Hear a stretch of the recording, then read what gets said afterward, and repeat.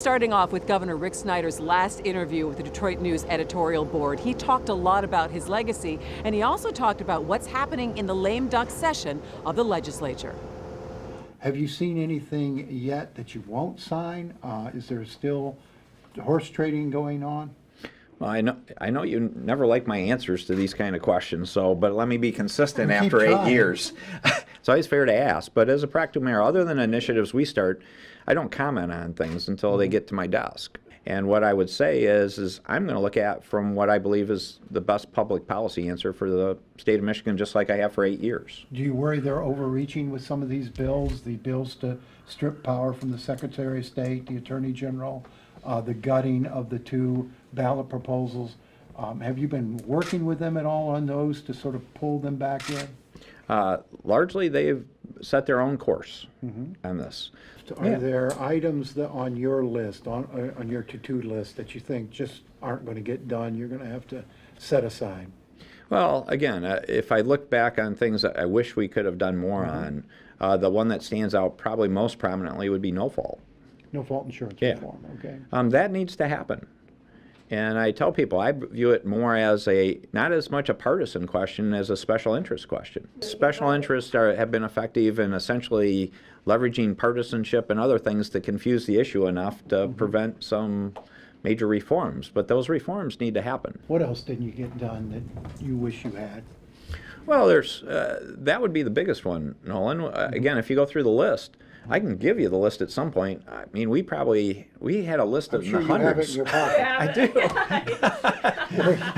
This is the 2017. We're working on the 2018 version, and part of the comment I gave people is good thing they're term limits. I'm not tall enough to hold the list up We anymore. got a stool. Education, you satisfied with what you were able to do for schools and education performance? We are still, as a state, not much better performing than when you come in. No, again, that would be an illustration of still working on A to F. I think we could use a better accountability system. Okay. I think there's still improvements within the educational system that need to take place. I'm proud of some of the things we've done, and it's interesting. We've done so many things, and it's been enough years. People have forgotten some of the great things that have really taken place. What we did in early childhood. I mean, we led the nation. We invested $130 million over 2 years. So literally, we put tens of thousands of kids the opportunity to have preschool that didn't before. That's really cool. And then at the other end of the spectrum, what we've done with apprenticeships, the Marshall Plan is huge. These are all good things. What I would say is what we didn't is get enough through the entire K-12 kind of system of just getting better performance. So take a look at these 8 years, where the state was when you came in, where it is when you're leaving, and assess your own performance over those 8 years. Well, my own performance, I've never viewed that as relevant. I mean, as a practical mayor. And I said that. If you go back to... Well, are you satisfied? I'm asked to be measured on two things as governor. Did I do what I said I was going to do? And secondly, did I build a long-term foundation for success that had nothing to do with me? And I'm satisfied that we built a strong foundation. If you looked at it, we had among the highest unemployment in the nation. We're at 3.9%. We had lost more jobs than anybody. We've created over 560,000 private sector jobs. Look at Detroit. Detroit was the most troubled urban area in our country for how many years? Now it's viewed as one of the most exciting places in our country, and young people want to come from around the world to live and work in this city, and it's climbing fast. We've got 600,000 people plus that have health care today. We've improved their lives. How closely are you working with your successor? Closely. And they've been very good discussions. I've met with her every week. I've got meetings scheduled next week with her. Our teams are meeting at all different levels. We've been working on this for a year, regardless of who won. But I would say in the context of now that the election's over, I would have to give her positive credit for doing a good job of reaching out and having good dialogue. When you look at your governorship, I mean, it was rolling along very nicely until you hit Flint. Yeah. Personally, have you made peace with Flint? Well, I always have issues with Flint because it was a terrible thing to have happen. And again, some of the people involved, we had failures at all levels of government, but some of the people involved, particularly in the so-called experts in water, made some bad calls in my view, and they work for me. So did what I thought you should always do, is take responsibility for that. And so that's something that I won't forget. But we've tried to turn that to a learning experience. If you look at what we're doing with PFAS, we're the nation's leader in taking on an emerging environmental issue that involves water, largely. A good piece of what you'll be remembered for is your involvement in Detroit. You put the city into emergency manager and then into bankruptcy. Were you certain that was going to work? No, you couldn't be certain. And actually, most people thought I was crazy, but it worked. People rallied. I mean, to have legislators from the UP to the Lake Michigan shoreline being excited about supporting the grand bargain. And the great part is they have seen the benefit now. So look who I found, Nolan Finley and Stephen Henderson here at Beacon Park, and we're in the holiday spirit here as well. We even have the carols going on in the background. That's right. And we could grow poinsettias, I think, in this. I got a Christmas joke. All kinds of stuff in You have there. a Christmas joke. I got a good Christmas joke. Is it clean? Yes, of course. All right, go ahead. I will indulge you, I guess. Okay, so an alphabet has 26 letters, right? Right.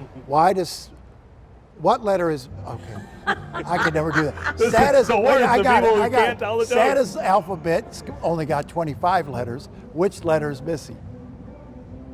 I don't know. I don't know. No L. No L.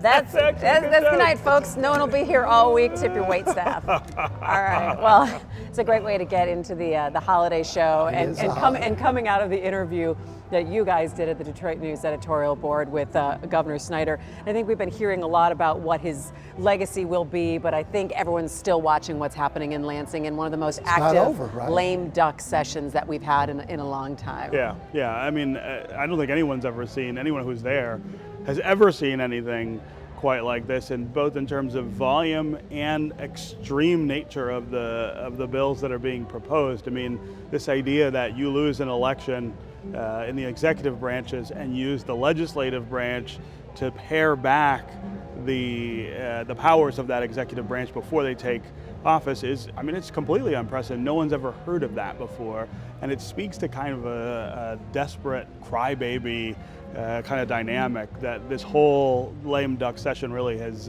been spoiled by. Desperate crybaby dynamic, would you agree with that? Well, I think there's definitely some overreach there. Some things I think they had to do, they could not let those ballot initiatives go in as was. They were ruinous for the state's business climate. The governor asked for some changes, got a little compromise out of the legislature. He had to do that. In terms of the powers of the Attorney General and Secretary of State, I'm not sure he's going to sign them. That's what I'll be I hope looking he does. for. Yeah, I think. Well, first of all, he didn't get the things he wanted out of the legislature. Right. He wanted that tipping fee for the garbage dumping and the water rate increase to fix the infrastructure, and they just blew him off.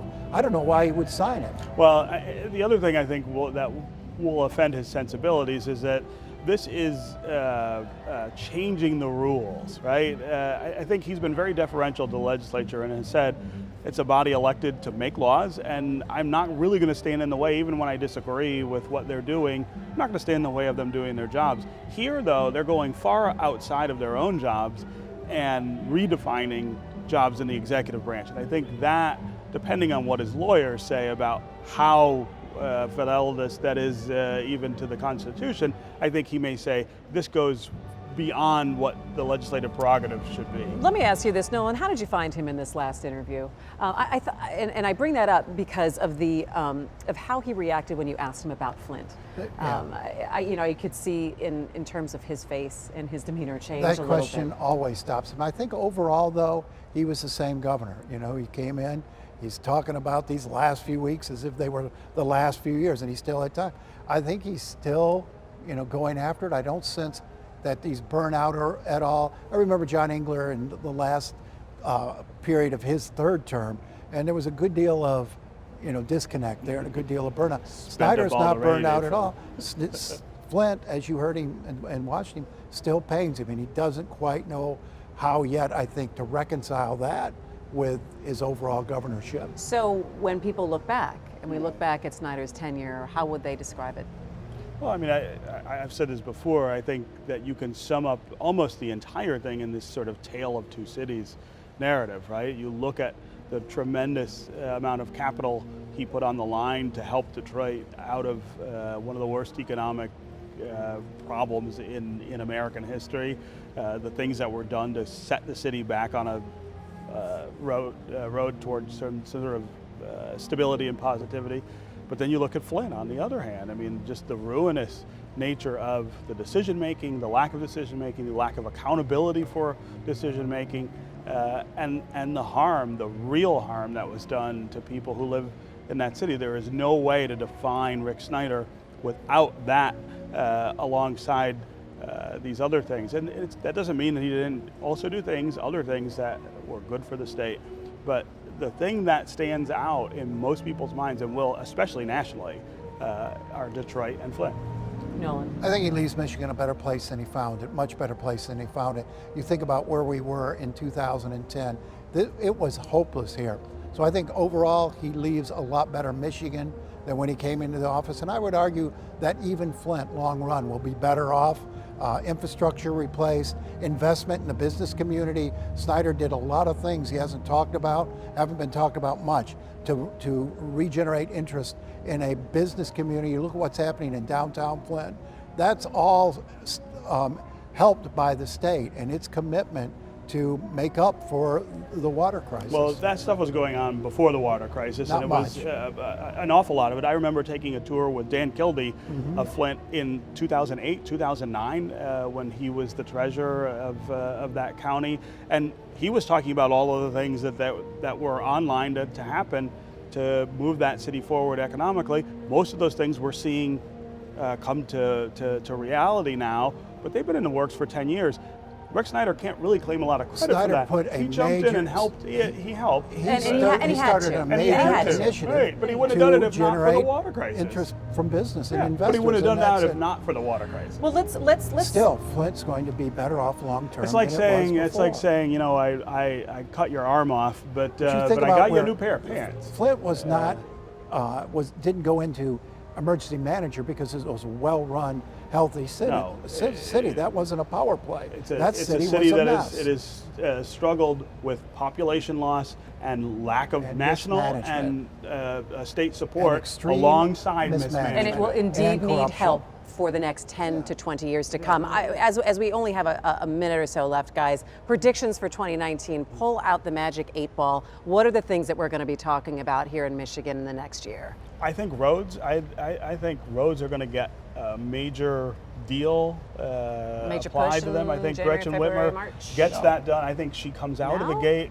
convincing Republican legislators to come along with her. She'll give up some things. They'll give up some things. But I think we will get a bill that actually starts to repair what got broken there. What do you think? What in I think that's 2019? gonna If be you don't tough. think it's You don't think it's that happens? roads, Well, it's going to take money, and I don't know how Snyder couldn't get a $5 fee increase out of this I agree. legislature. I hope it's Rose, and I hope Steve's right.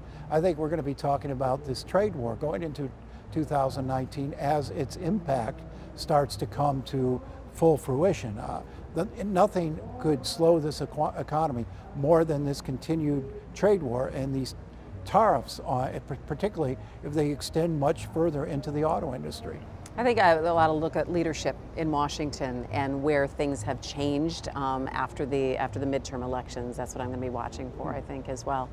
All right, guys, that is going to do it. That's going to do it for us. You guys have a Merry Christmas. You too. And a Happy New Year, and we'll see you back here in 2019.